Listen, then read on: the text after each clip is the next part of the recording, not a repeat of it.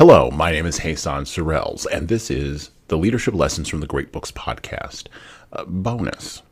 There's no book reading on bonus episodes.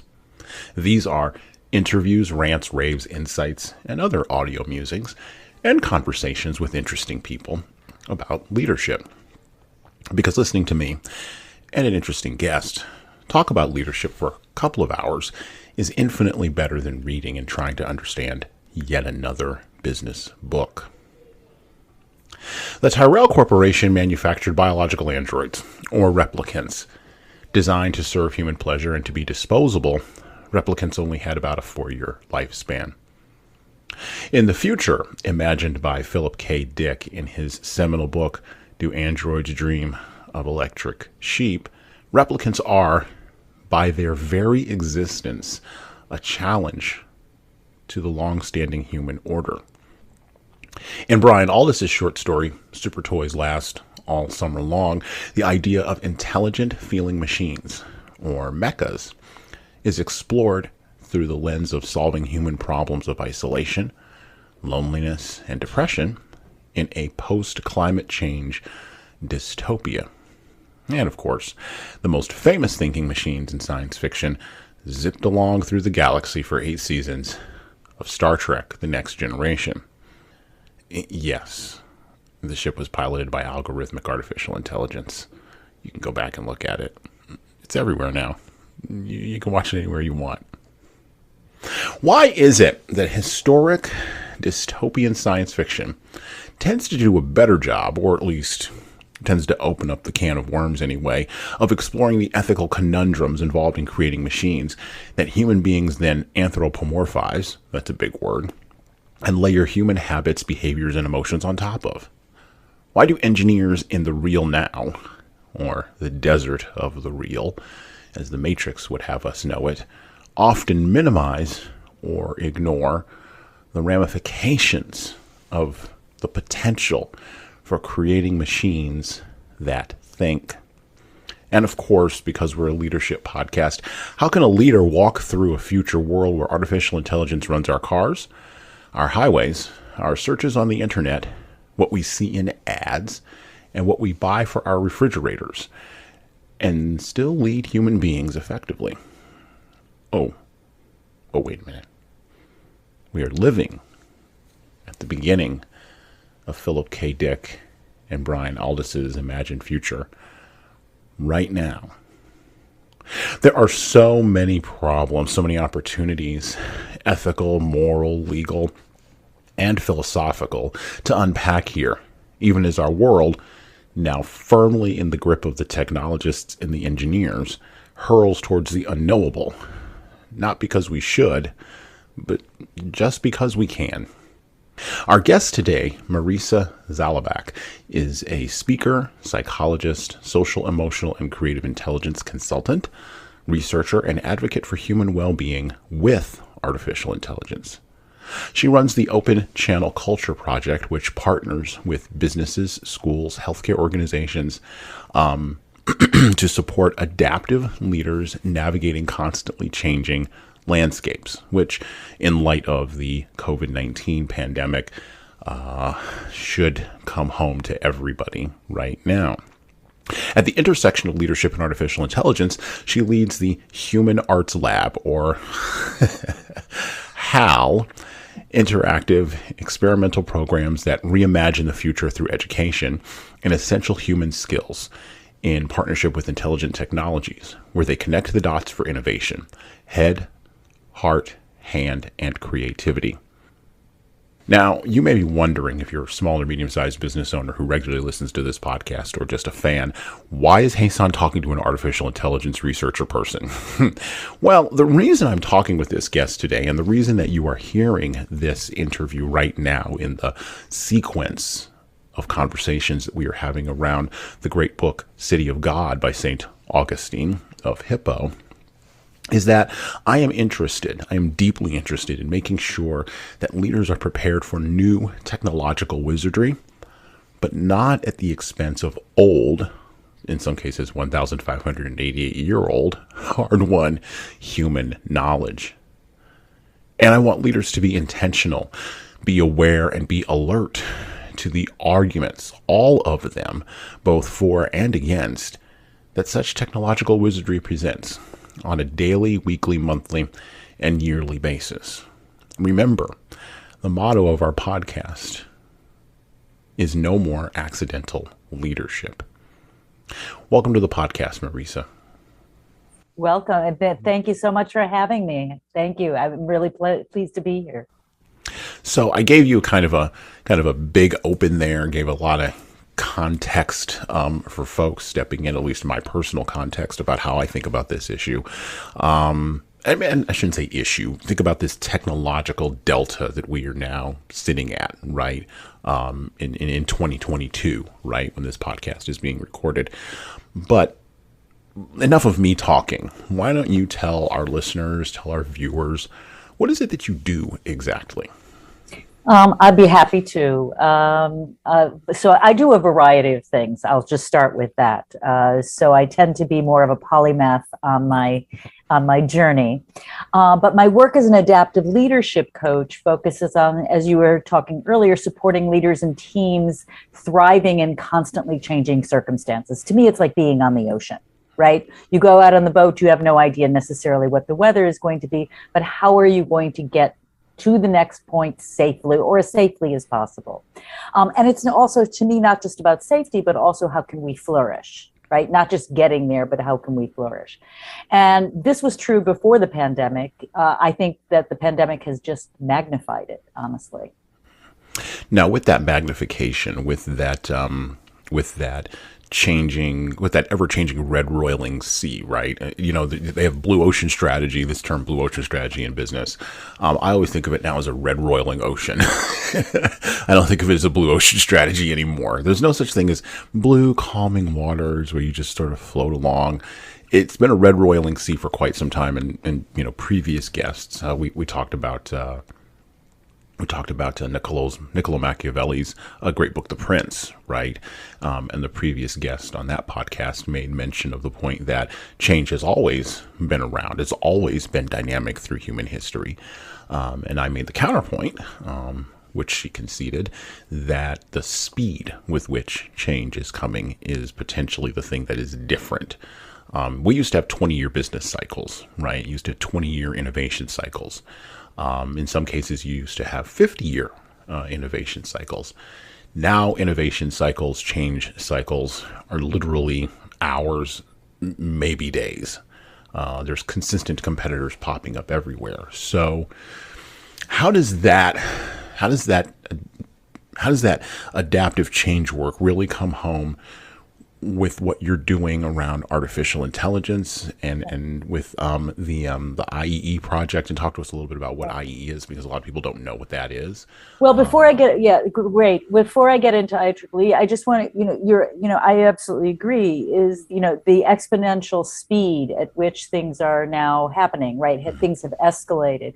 I'm a member of MIT's ULab, part of Presencing Institute, which really deals with convening leadership or focusing leadership for the emerging future. And this has been coming for a long time, right? This is Otto Scharmer. This is way, before, this has been for a very long time coming.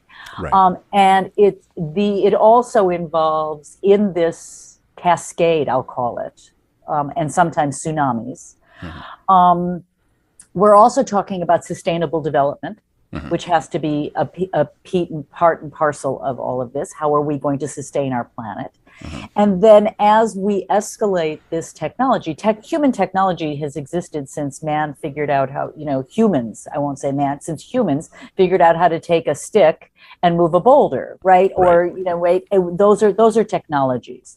So our technologies are simply escalating, but it's simply is almost a ridiculous statement, because it is happening in an unforeseen and unimaginable speed. And so adapting to that involves, I believe, that's actually what I base my work on, is that it really relies on developing human skills, the human skills of adaptability, the human skills of agility and awareness, because some of those things, many of those things can be and are being programmed into artificially intelligent systems, and other word, i.e. robots, or bigger systems. And yet consciousness is the thing. Now there's the transhuman movement, and that's a whole nother conversation. That's an additional conversation. But to begin with, this idea of human consciousness, right? And this is where people like Ray Kurzweil and Joshua Tenenbaum, who are leaders in this field, begin to talk about where are we, what are we missing in terms of also elevating, in a sense, or celebrating and utilizing the human parts of who we are. And as we do that, it's really important to be working on AI ethics. And that's where I wanted to kind of use that as a dovetail into when I was talking about IEEE. Because as we move forward, even though AI ethics has always been something that was important, or technological ethics, it's lagging in a very, very serious way. And this is the projects that IEEE works on. So IEEE is IEEE.org. It's the largest professional engineering organization in the world focused on humanity. And there are two international organizations, IEEE, ISO. There are many other, OECD and others in UNESCO, that are working toward these issues. But these are the two that are really professional organizations for engineers. And so they make recommendations. So I was a contributing author to the current recommendations for the design of AI related to human well-being, right? And so the thing is, I'm not an engineer, right? I was brought in as a psychologist, right? Because we do need the humans. And we do need, right? Yeah, we do need the humans. Well, it's also an interesting factoid, which I find very interesting, is that the original papers on artificial intelligent machines were all submitted into psychological journals. Yes. So I'm going to jump off on that for just a second. Yes. Yeah. So what psychologists know from the last 100 years of research is that, A, we don't know anything about consciousness, or what we do know is very, very minuscule at best. We're getting better. I mean, we're finding out more, but it's still, it's an amazing thing. Let's just leave it at that, because that's a way deeper conversation that we can have on this podcast today. We'd be here for 5 hours talking about consciousness. But the Jungian ideas, right, of consciousness being embedded in forms, and then combining that with the Freudian ideas of consciousness around sort of how do we project ourselves forward into the world, right?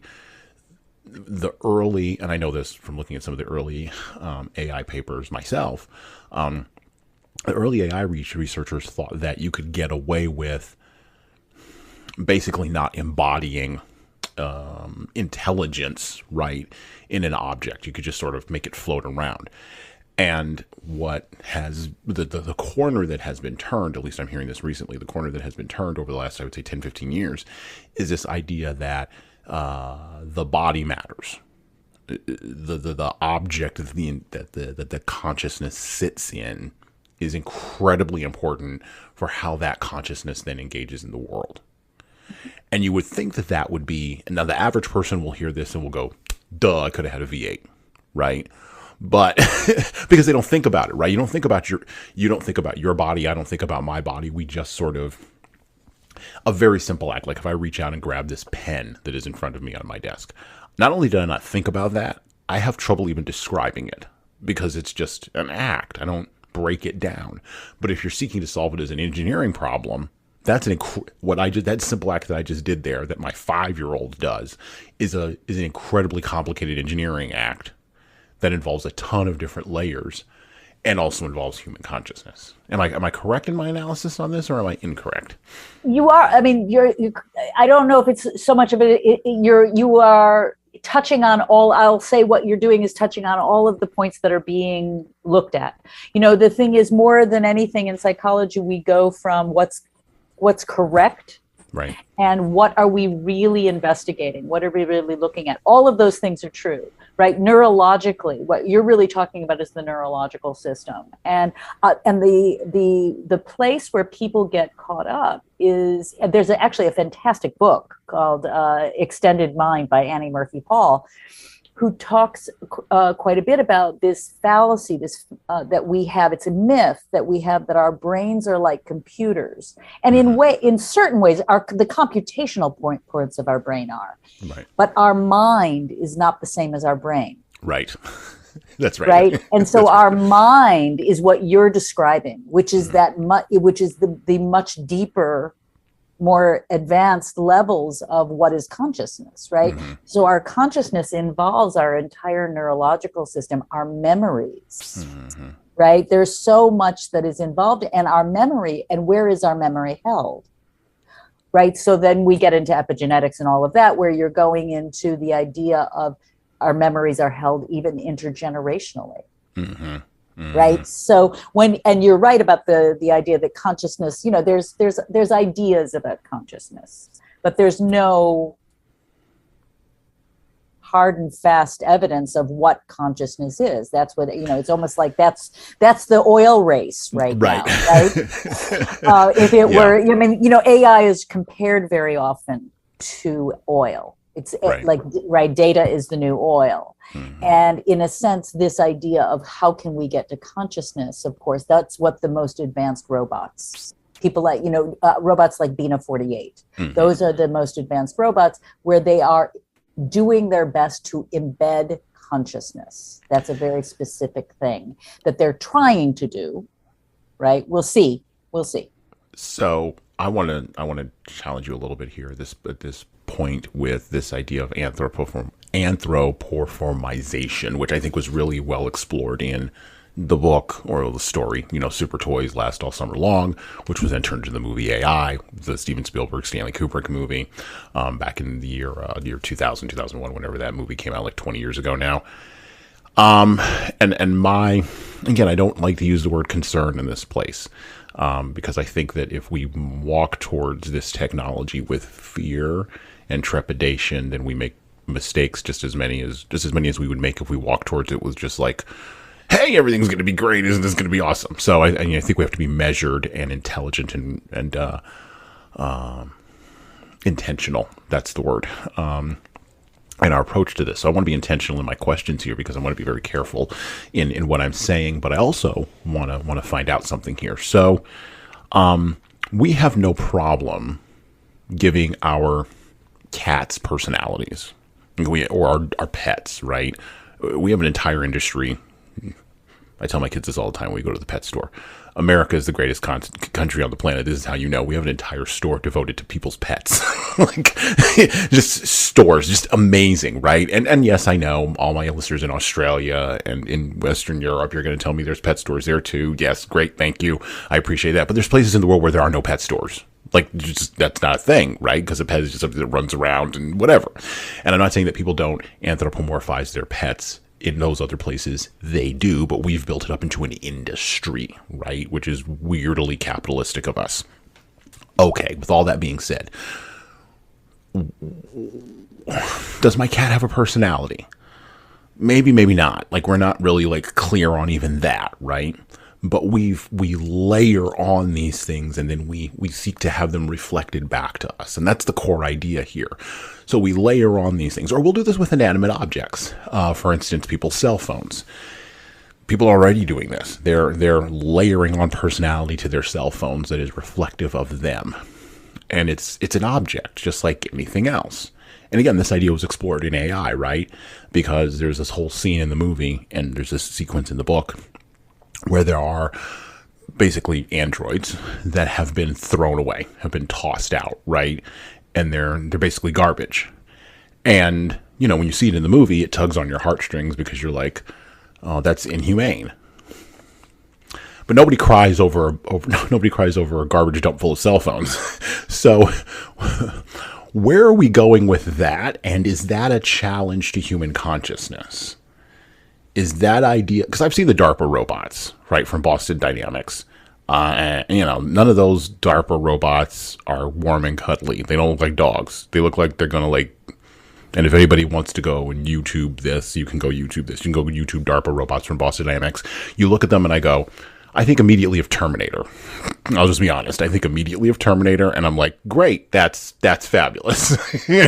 Well, this is where I mean, now you're kind of what you're touching into is kind of it does begin to dip its toe into the transhuman movement. Books, a little books bit, but it also hinges on that human consciousness piece. Well, right? Because you're going between personality and intelligence. Okay. Personality and intelligence, which have crossovers in their constructs, which have different elements and purposes to them. And the thing, a recent book that is really, I think, quite wonderful about this is Clara and the Sun by Ishiguro, which is a brilliant book. But it's, when we're beginning to talk about even sentient beings, right? So when things like now the new research on octopi, which they know are highly intelligent, highly more intelligent than a young child. The research that's done on pigs, that they know pigs are more intelligent. It's like when they're beginning to measure intelligence.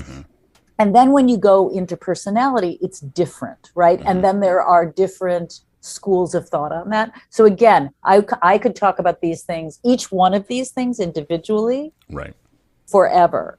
Right. I think in the meantime, what I'm really forcing myself to focus on these days is this idea of especially for leadership, right? As the AI is developing, right?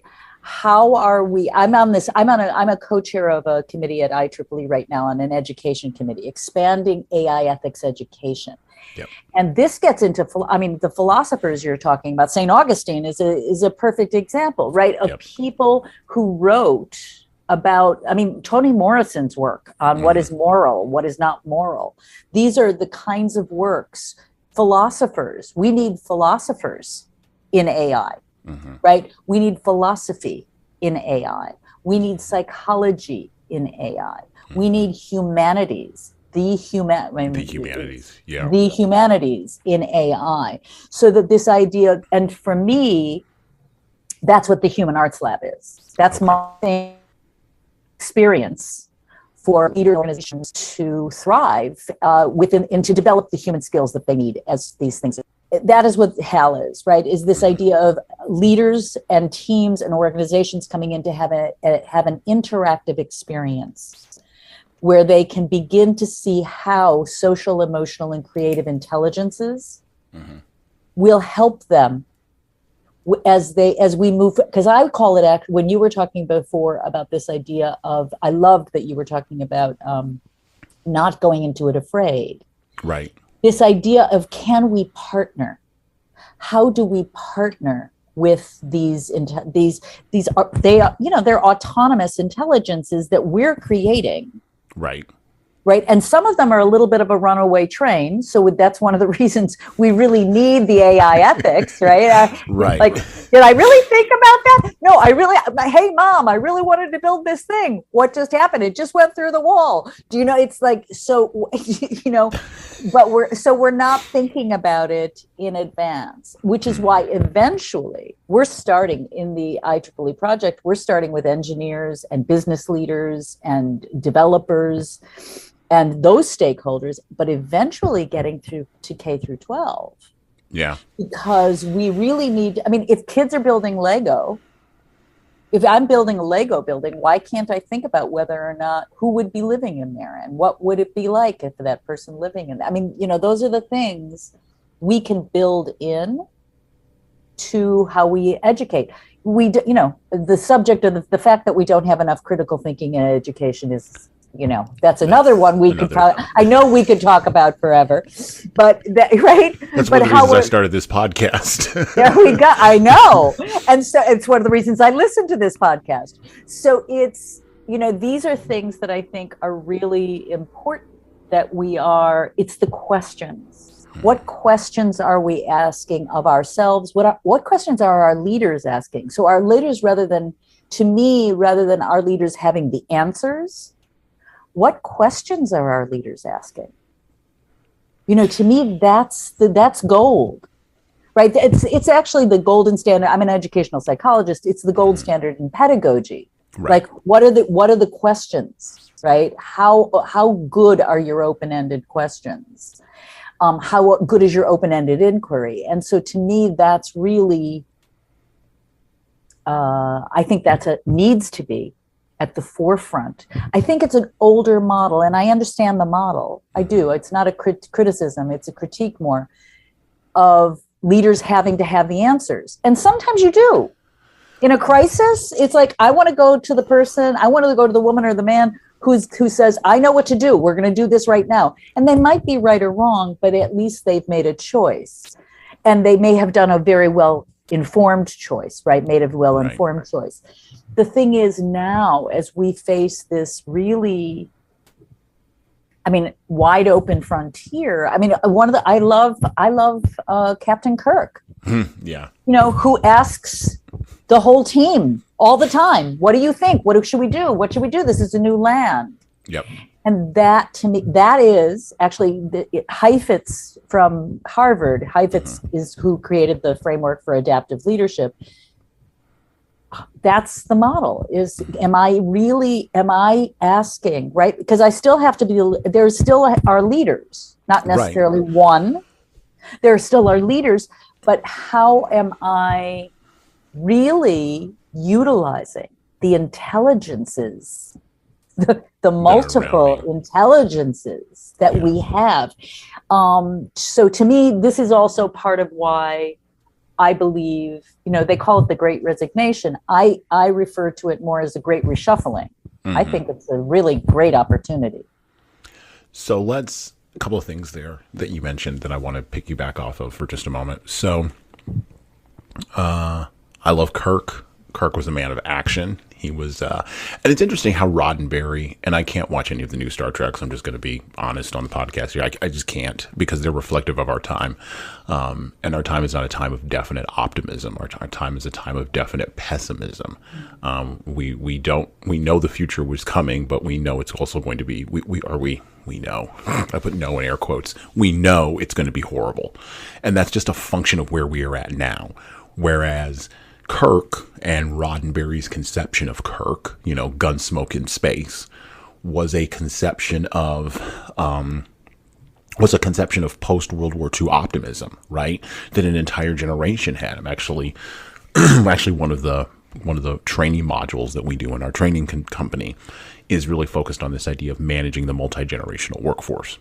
And it's really interesting to talk about how the 3 to 4 generations that are currently in the workplace, conceptually based on culture and technology and shared collective history in a generational time frame, perceive leadership differently. That's a gigantic concept that most leaders, most managers and supervisors in organizations are not ever faced with. They're just sort of told, here's your bundle of people, good luck.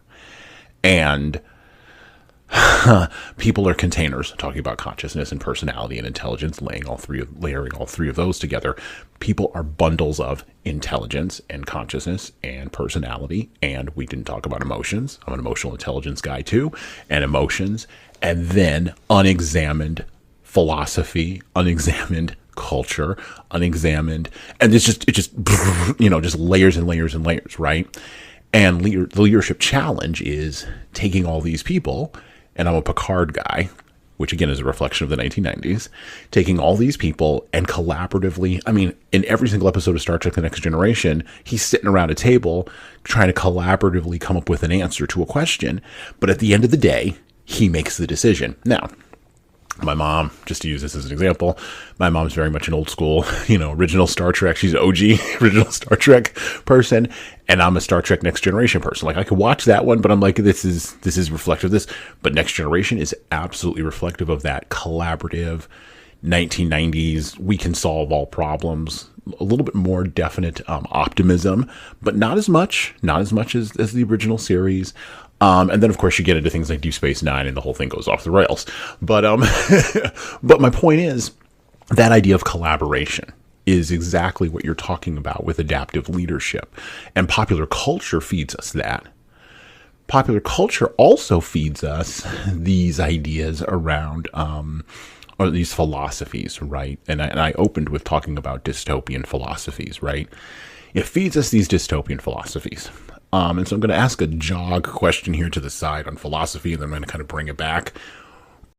Why is it when we talk about this idea of intelligence inside of a machine, or consciousness, let's use that term, inside of a machine, why do we trend in our thinking culturally and philosophically, at least in the West? And I don't know about other countries, maybe in other countries it trends differently, but in the West, in America specifically, why do we trend towards that sort of Blade Runner, it's all going to be terrible kind of mentality? I'm always curious about that, because it seems to have held, gosh, ever since we dropped the nuclear weapons in World War II. Well, I think there are a number of reasons that I would posit. Sure. Right? Because, right. Yeah. We're having a philosophical, critical thinking conversation. Right. Here, sure. But there are a number of things that come to mind for me. One, the first thing that comes to mind to me is collectivism versus individualism. Okay. Right. So we're immediately thinking of the control and autonomy and agency of an individual. Right. Right. And how much power one individual has over others. Right. Mm-hmm. The other thing, right. Another thing that comes into, because, you're talking about, there are a number of things that you also mentioned that I love, right. Social identity. Yeah. And then you're talking about cultural identity, which have crossovers, but are not the same, right? There's all kinds of work. There's Deborah Plummer's work and Zaretta Hammond's work on this idea of all of those things that come into play. But there's also a Western, which actually is kind of a handmate, mm-hmm. is the idea of power. Right. Yes. So there's autonomy, there's power, and who has power, and that one person has power. So it's not collective. Mm-hmm. Right. I wrote a paper that I presented at the Man and Cybergenetics conference for IEEE 2020, which was on collective intelligence. This idea, if we are going to create machines, or we are creating these systems of impact, mm-hmm. can we use transdisciplinary groups for collective intelligence? And that is really it's not, I mean, I'm certainly not original in the conversation, but it is a conversation that needs to be had, and that is more difficult, you're right, in a Western context, where we have an Elon Musk, or we have an individual mm-hmm. who has more power to create another individual, right? It's like, it's the God thing, right? I just created something in my own image. Right. Well, and you know what? And okay. Well, and looking at, and this is why on this podcast, we read the root books, because right. I'm sorry, you can't talk about artificial intelligence. I'm going to do it right. in a Western context anyway, without going back to Genesis 1:1. In the beginning, God created the heavens and the earth was without form and void, and darkness was. But you can't. You got to go back. The thing is, right. The thing is that these are the conversations. These conversations actually are happening, which is an interesting thing with AI developer. That like people like Kurzweil. There's not a lot of others, but there are people like Kurzweil who, because that's their whole raison d'être. But right. But this is again why, to me, as well as the philosophy, right, and going into Joseph Campbell and is how are we, this business of leadership that we're still how is it we're still having an argument about soft skills?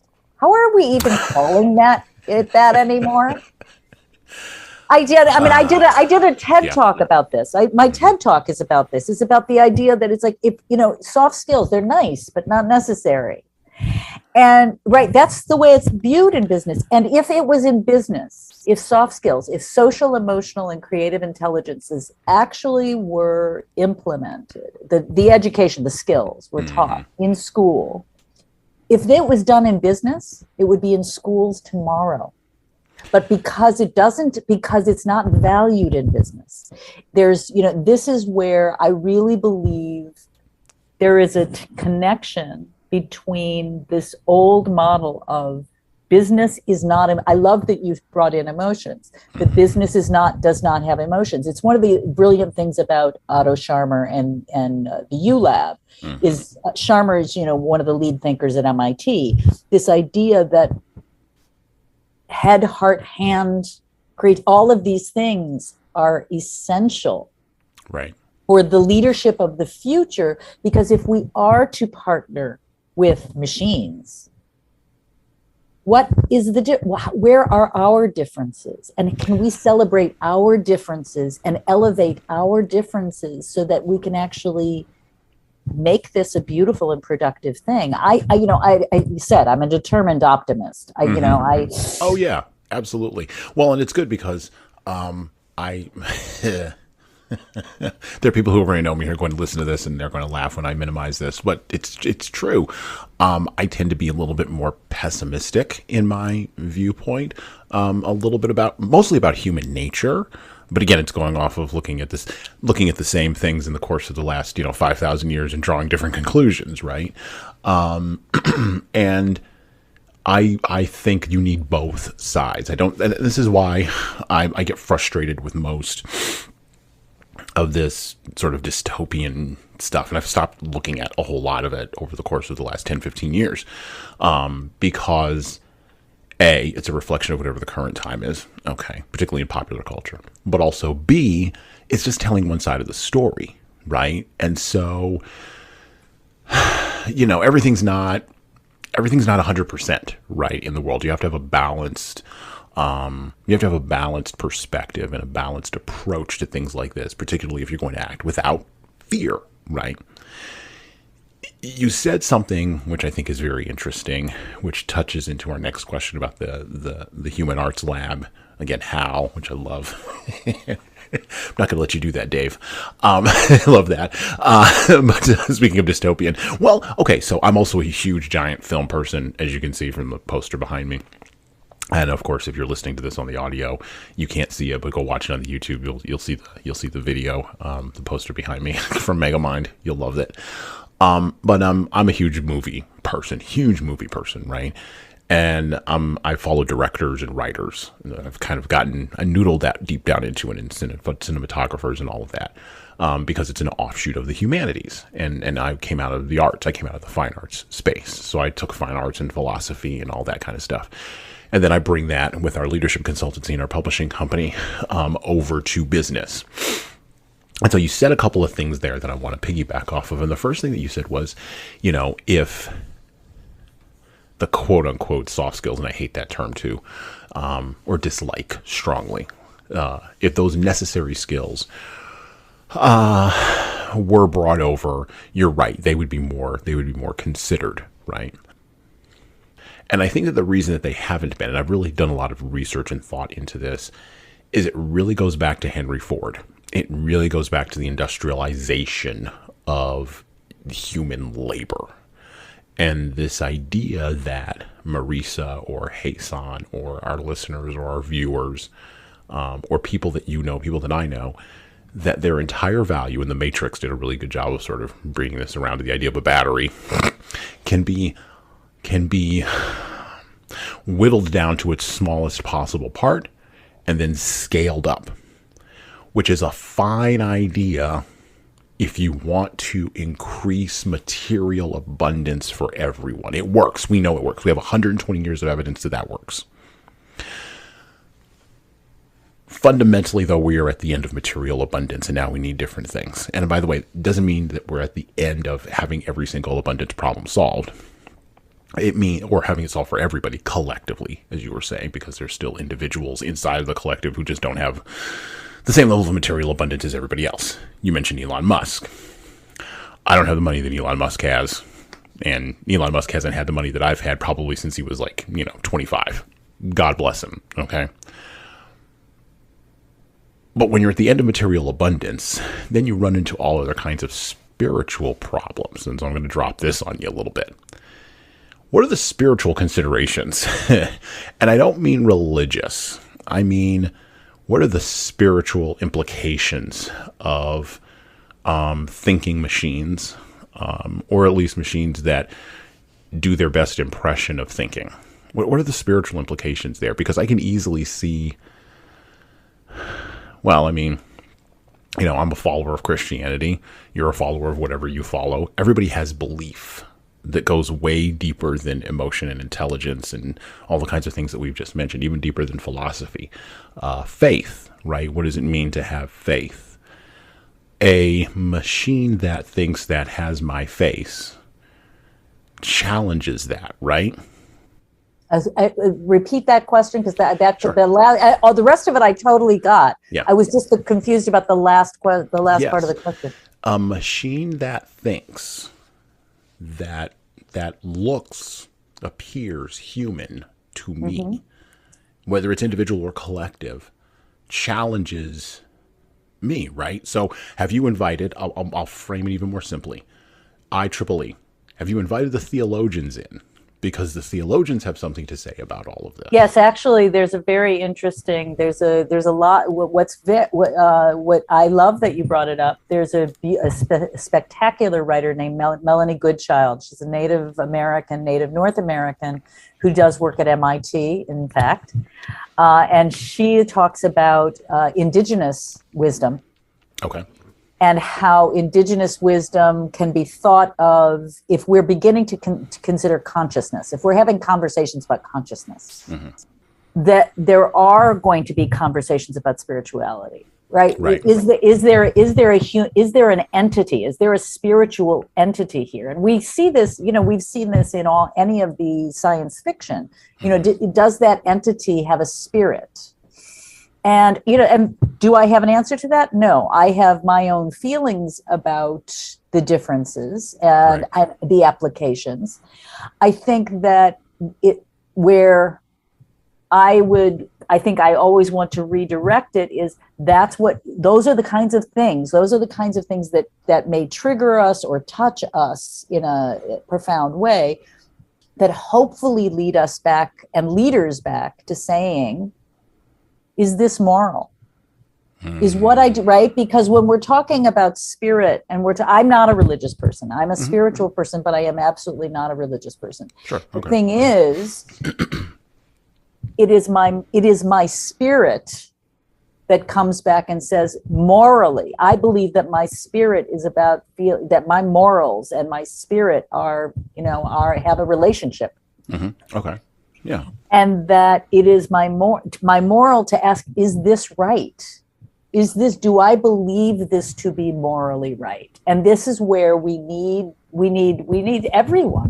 That's why the paper I wrote was on transdisciplinary, because transdisciplinary is different than just interdisciplinary. We're not talking about, many different engineers, or we're talking about people across disciplines, across ways of thinking, ways of knowing, right? So ways of knowing are different than sometimes what is considered traditional expertise. Right. But which is why we want to bring in these wisdoms that are around us. And it's challenging. I mean, all of this is wildly challenging.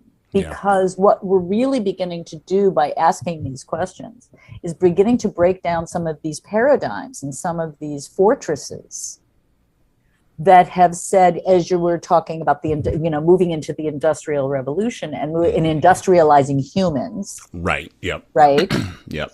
The machination of human beings is that. If we step away from that, now we have to begin to think of all of the other things that are connected. And to me, that's the work I really love. So I love to say, okay, if this is morally wrong, then, what's the effect of all of my business, not just the artificial intelligence, the autonomous intelligence that I'm using. Right. What is right? So that then we get into a discussion on sustainability or triple bottom line or B Corps or right. Okay. So that when I'm beginning to talk, to me, those things are integral, and those those are hard questions. BlackRock, right? BlackRock says, 2019, every company should be a triple, should be a B Corp and be triple bottom line. And everybody says they are, or they say they're doing it.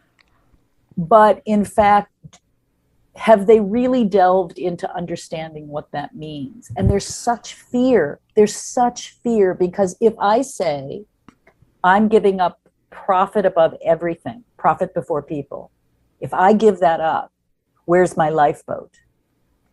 And when we want to, right, and what we want, really believing, it's a belief. I love that you brought in spirituality, because it's a belief to say, if this business really dedicates itself to solving problems for people and the planet, that can be making clothes. Mm-hmm. That's how we will make our profit. Is our profit coming from a place of service? Well, the other dynamic is, and I read that pronouncement from BlackRock and all of that, and I'm going to be generous. I kind of rolled my eyes, because it is fine to put out a pronouncement. I'm going to paraphrase from Andrew Jackson here. BlackRock put out a pronouncement. Now let's see them back it up. Because the reality of the tension, which again is something I think that leaders have to pay attention to. You mentioned, the fear.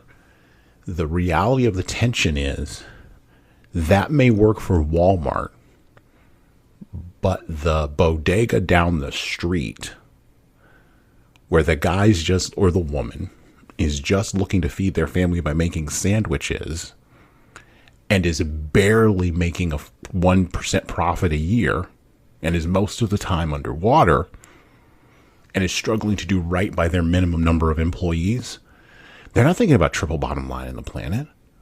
Like, they're not.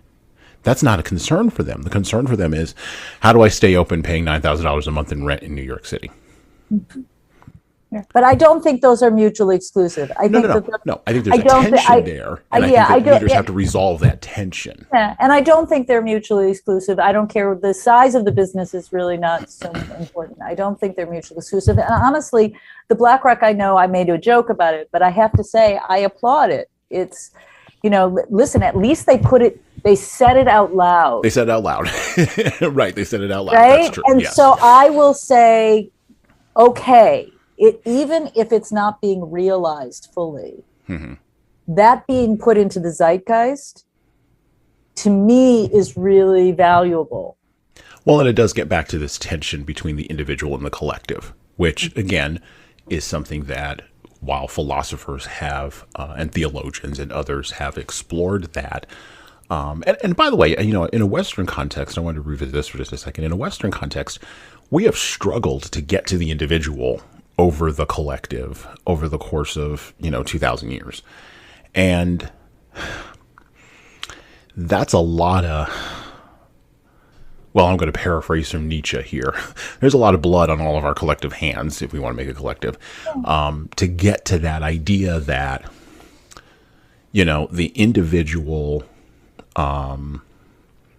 person has autonomy against the state. This is what Alexander Solzhenitsyn was arguing about in the Gulag Archipelago, right?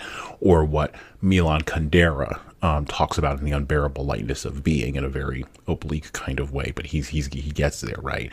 Or even Fyodor Dostoevsky in The Brothers Karamazov, or Crime and Punishment. This dynamic of the individual versus the collective, and what can the collective tell you to do versus how do you stand, by yourself or individually. Now, when we break this down to business, it's what can the collective big business entities tell you to do versus the tension of what does that sole proprietor do, or what does that person with a small team do. I also think, to me, the interesting examination and challenge is making the individual and the collective not mutually exclusive. So bringing in utilizing the potential of the individual within the collective, right?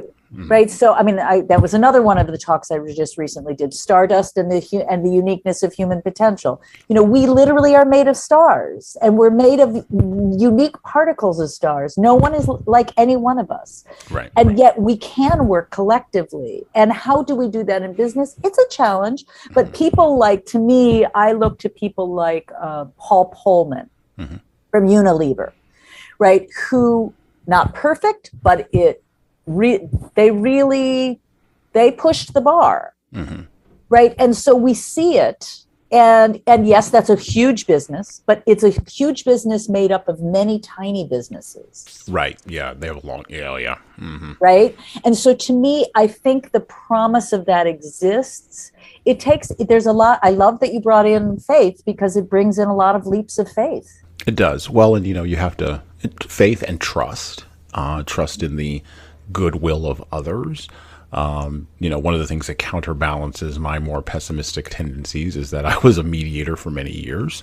And I did see people, maybe not necessarily transform all the way down to their core, although I do know people who are in that space of transformative mediation, where they'll work with clients for years to get them to actually shift, maybe away from the individual towards the collective, or in some cases, maybe away from the collective back towards the individual, try to find that balance, right?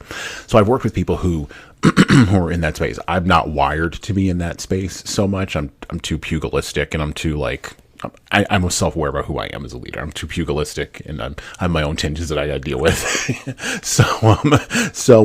But I've seen people do that work, and so I know it works, right? And I've seen people change, even if it's just a microscopic move to the left or to the right. And we do this podcast, we do trainings, I write books to get people to, we even work with kids, to work to move people just slightly to the left, just 2 inches to the left. Because if you move 2 inches left or 2 inches to the right, you can shift almost everything. Give me a big enough lever, I can move the world, right? And so for our perspective, for our consultancy, for our publishing company, the technology is the lever, it's not the shift. And that's kind of how I tend to view, or maybe tend to believe, that's maybe where we need to go with things like autonomous intelligences, or things like intelligent machines, right? Well, the thing is, but they are embedded in almost every single aspect of our operations of life, right? So it's not even just at business, in our lives. So how are we thinking about how we use them? And I just think that, the more educated we become about asking questions, right? The more we can advocate, we can have more of our own agency. We can begin to make meaningful change if we really want it to happen. So it's a process. They're all processes. Yeah. But I also I look to leaders to do this, to be models. Right. I say, will you be, what kind of model do you want to be? What legacy? What's the impact you want to have? And I'm not talking about the impact. There's a fantastic book by Roman Zarnarik, called The Good Ancestor. Okay. Which is, about this idea of what legacy will we leave? What, how do I want to, if you were talking about souls or spirits, what spirit do I want to, what do I want to be following me, or be left of me? And so I think these are really important. And there's a lot of people who are like, oh, that's just too big for leadership. But I think that's what leadership is. No, I think that's at the core probably of leadership. Not core probably. It is at the core of leadership. And I think that, again, when you get to a point where you only need to do a few clicks here or there to create a product or service that people want, and then you can get enough material abundance to feed your family, which is your first responsibility, feed your employees, which is your second responsibility, and then impact the community, because these things scale up, right? If you're not feeding your family, you're not feeding yourself, how can you feed somebody else? You can't feed from an empty plate. This is the idea of going down, and the plane goes down, you got to put the mask on yourself first before you can save anybody else, right? Okay, so when we've gotten to the point where we can build, and we have people building businesses based on 1-click, 2-click. I'll just use something very, very baseline here. 2-click drop shipping. We have people who are making 6 figures a year doing 2-click drop shipping. Now I have children and I've got a house and I've got all these other kinds of things. I can tell you 6 figures a year that's like baseline these days, particularly with inflation and other things going on, right? Okay. But like you hit your baseline. Now what else can you do? And so now it becomes the challenge to think about those other things versus maybe exclusively focusing on profit, or exclusively focus on profit motive. I think where people get caught up is when you mentioned Elon Musk, just to go back to him for just a minute, or Jeff Bezos. When people say they are saving the planet, but then their actions don't back that up, and that gets into the role modeling piece, right? Or they say they're building things for the collective benefit of humanity, but then their actions that we then see later on don't match up for that. And that mismatch between what they say and what we see is what drives the average follower who doesn't have access to thinking about any of this stuff, who's just living their lives, drives them nuts. Yeah. Well, that's the cut, right? It goes beyond cognitive dissonance. Yeah. To psychological emotional dissonance. It's like it almost wanders into gaslighting at a certain point. Right. Well, because it's one of these things is not like the other, and I thought it was, and there is something that is off, and I'm not sure where the bridge is. Correct. And, right. And so, I just think that leadership is about the willingness to be a model, the willingness to demonstrate, right? That's I think that I know that as a parent, that's true for me as a parent. Yeah. I owned a business many years ago. Mm-hmm. I knew what it was like as a business. Mm-hmm. That this is, are you willing to be that model? And if you are, what are you willing to do to make that true? Yeah. And I view it much less as a challenge to leaders as an invitation. How can I invite you, right? How can I invite you in to take, because I think there's so much fear. I think there's just so much fear. There's fear of, I don't know what to do. I don't know enough about ethics. I don't know enough about questions. I don't know enough about the technology. So I'm going to have somebody else do it because I'm just too afraid. Yeah.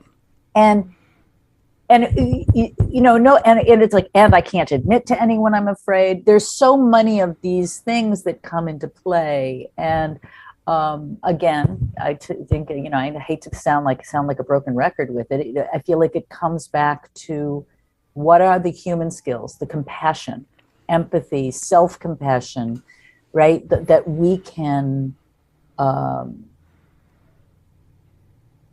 cultivate in ourselves so that we can meet, because each one of these challenges is going to be a little bit different, right? Well, the writer and marketer Seth Godin wrote many years ago, watching the beginnings of algorithmic data mining happening in marketing 20 years ago.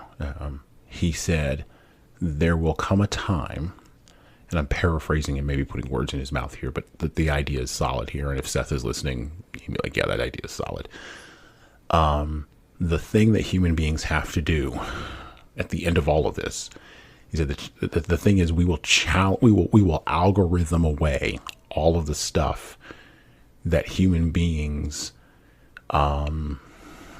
could do but didn't need to. That was just distractions. We'll take all of that away. And what will be left are the things that only human beings can't do, that cannot be algorithmed away. Mm-hmm. And I interpreted that when I first read that as, oh, he's talking about emotional intelligence. He's talking about all of the intelligences that, and you mentioned them, empathy, compassion, caring, trust building, the relational aspects of life that, again, we don't think about. that we have struggled to find a profit motive for, which is why nonprofits, where people care, don't make any money, because we can't click those two things together in our heads. Or I shouldn't say don't make any money, struggle to make their money, right? Very often, because people don't click those two things together. They don't go, oh, that woman's giving a hug to her kid in the grocery store rather than smacking him on the butt after he screwed around and melted down. That's interesting, but I got to go live my day, right? We don't connect that to an actual economic outcome, 5 years from now or 10 years from now, when that kid isn't in jail and is instead at Harvard. We don't connect those because it's too long a timeline, and it's too finite, and it's too much like gossamer. I want to use that term. It's too much like emotional mental gossamer. Plus, it's a moment in my day, and I got to go pick up the meat so I can go home to my family where I got to deal with my kid. Right there, but there and not but and there are some really amazing people out there Kate Rayworth and Donut Economics, or the caring economy, Rihanna Eisler, right? When we're talking about the caring economy, where there are actually models for it, Right. and there are working models for it. And so this is where, the whole regenerative movement. I've got a whole list of books that I'm send dying us a list of the to books. We will put send, right, because we'll put it on. I have mine, like John Elkington, Green Swans, right? Margaret Heffernan, Race After Technology, Ruha Benjamin.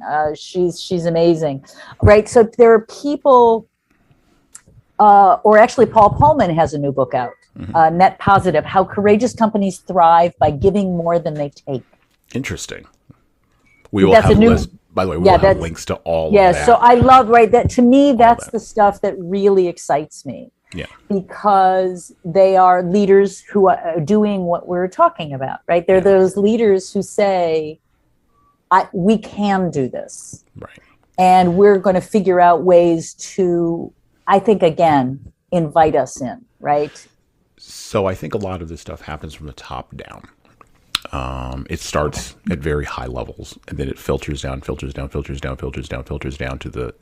what I call the street level, which is typically where I train at. I train at the street level, and there's people who are training who are developing folks who are at the Costco's and Walmarts and BlackRocks of the world, and those people are doing great work. But I decided a long time ago I don't want to do that work there.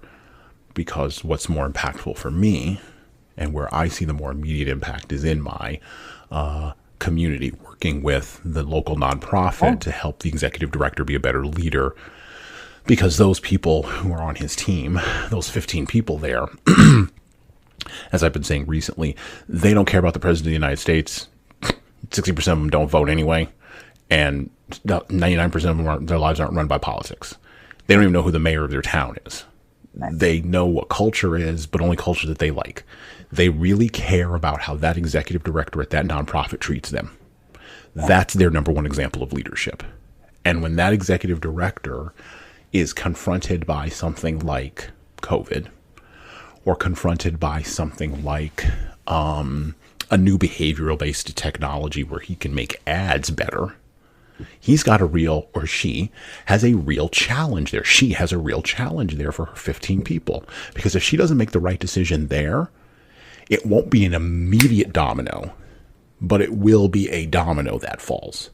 And that dichotomy, I use Jeff Bezos and Elon Musk, but that dichotomy between how that executive director lives their lives and what they are seen as in the public sphere in their community really does matter. And most small business owners know this. They know this is why we work with small and medium-sized business owners, because they know this, and they struggle mightily internally with how to balance those two things together. Because the penalty for that is so much more immediate, because the scale is so much lower. When we think about that dynamic of scale, one of the things that we've been exploring on this podcast, and then I'm going to ask you about the challenges to developing ethical standards. We've kind of talked a little bit about that, but some of the challenges to developing these ethical standards when you're working with engineers, because I want to get into that a little bit before we go. But when you talk about scale, right, one of the things we've been exploring on this podcast is the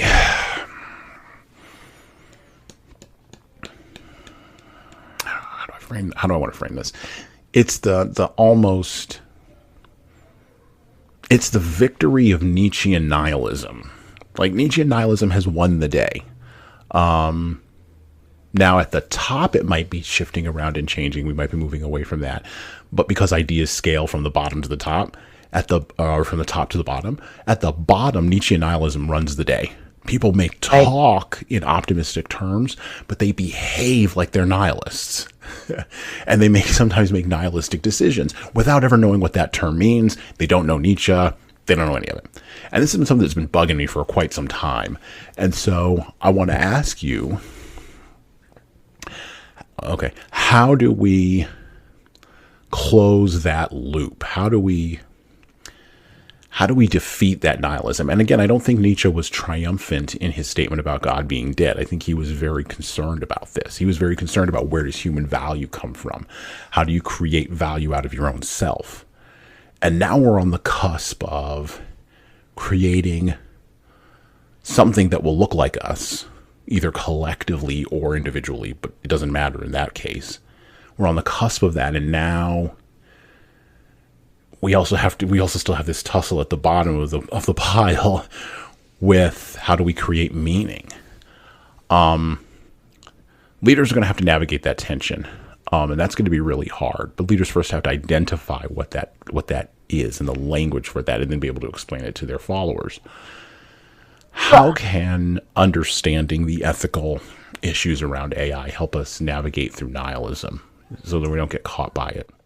Well, I think that once we begin to ask ethical questions of ourselves, and we begin to explain why we're doing what we're doing, right? Well, once a leader, even though it's not a popular decision, that's one of the things in adaptive leadership.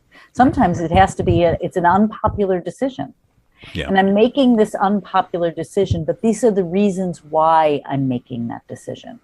And being really, real transparency and real ownership of these are the considerations that I have, these are the reasons that I have, these are the risks that I'm taking, right?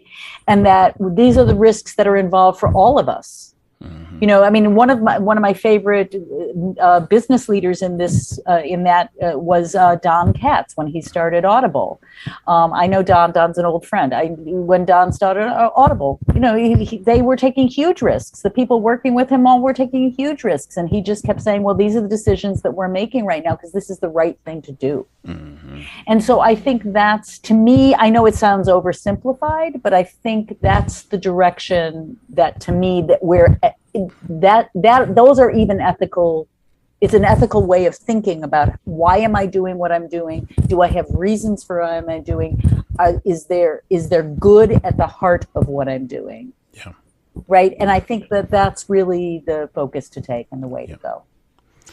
Well, thank you, Marisa, for your time today. We talked a lot about a lot of things. I would have loved to have talked longer, but I know you've given us your time, and I want to thank you for that. I want to thank you for coming on the Leadership Lessons from the Great Books podcast.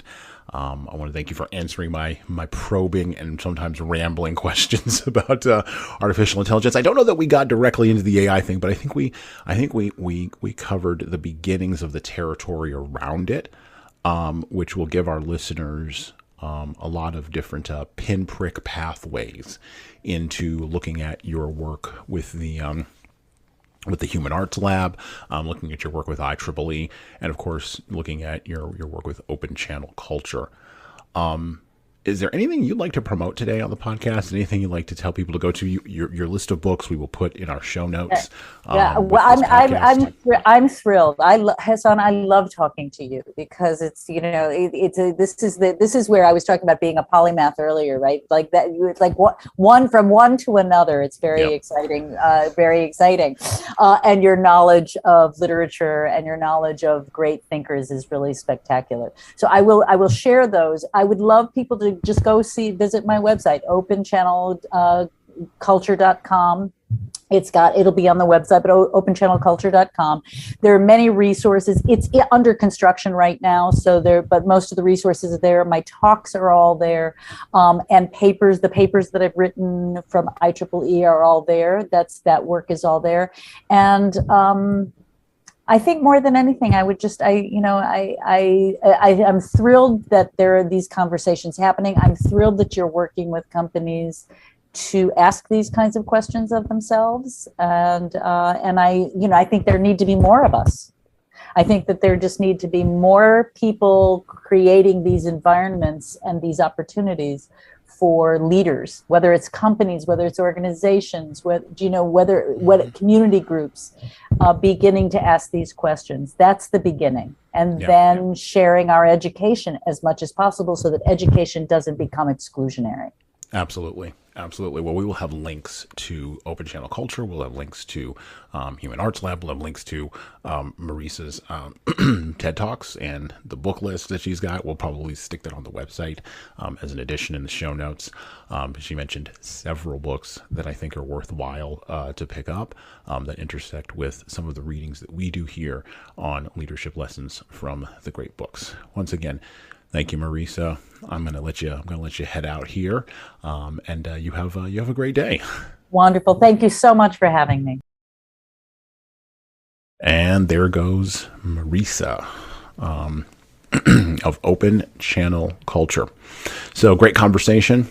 We didn't exactly hit every single thing that I wanted to talk about with Marisa here on Leadership Lessons from the Great Books podcast, but we did hit many of the important points. And I believe fundamentally that the biggest point that we hit was this one.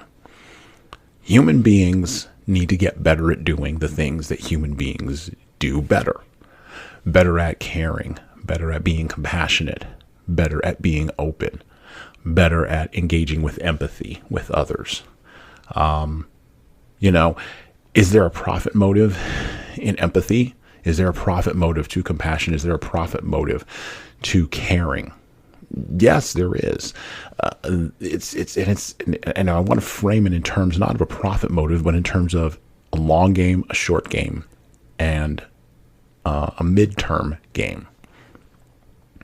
Long games are games you play for your entire lifetime. They are games in your business. They're games in your family life.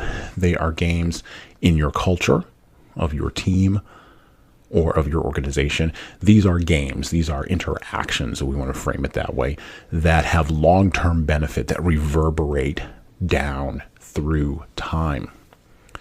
Midterm games are games that only reverberate for months or maybe years, where the outcomes are limited, the boundaries are narrow, and the goals are well defined. Short-term games are, well, they're like eating a piece of candy, or they're like eating a donut.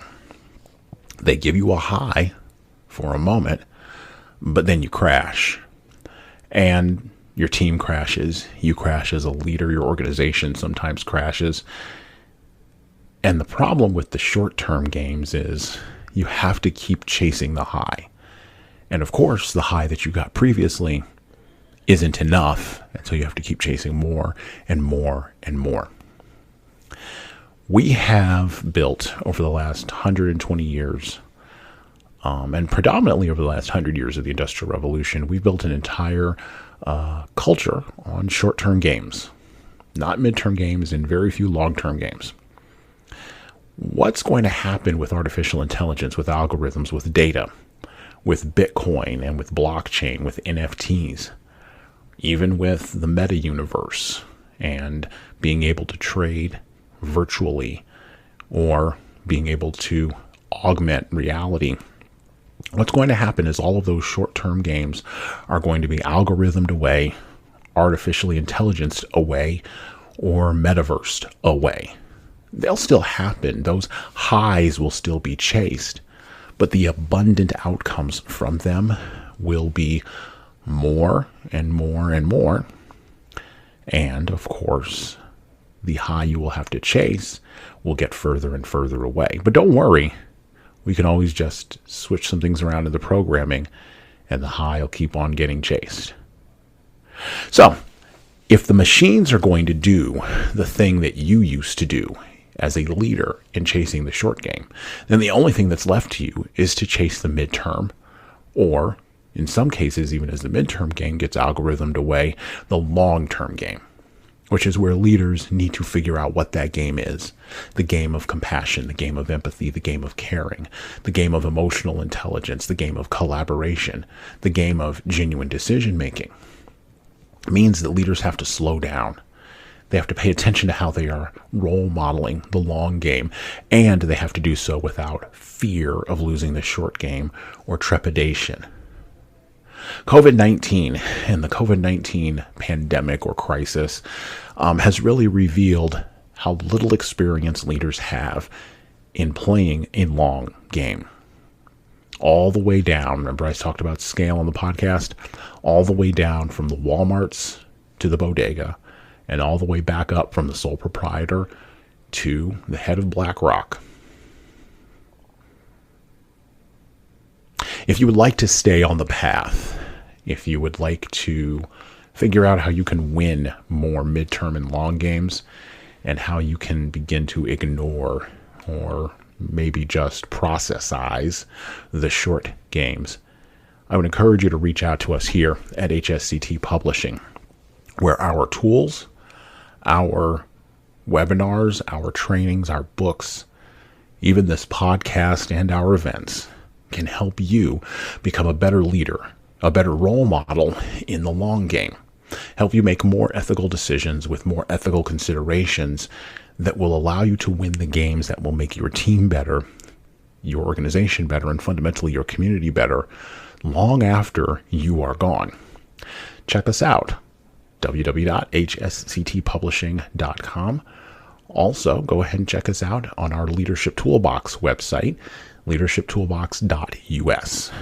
Please check us out on the Leading Keys platform, which is our asynchronous modules of leadership content for small and medium-sized businesses, subscription-based, of course, at leadingkeys.com. Listen to this podcast, Leadership Lessons from the Great Books, and subscribe. Give us a 4-star rating wherever you happen to listen to us on Apple, Google.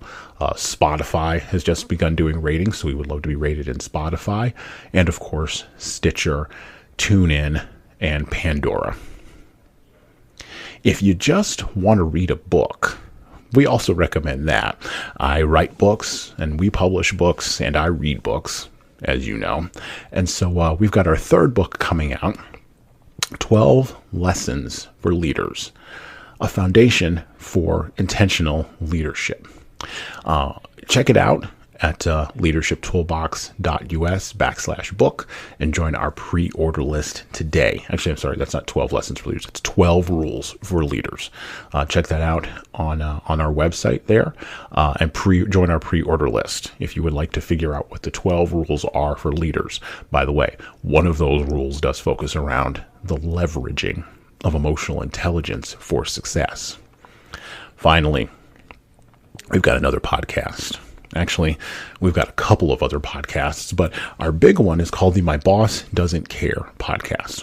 100 episodes featuring fleshing out and talking about the essays and ideas that are in my second book, My Boss Doesn't Care, which you can get on Amazon, or you can get as an audiobook on Audible. All right.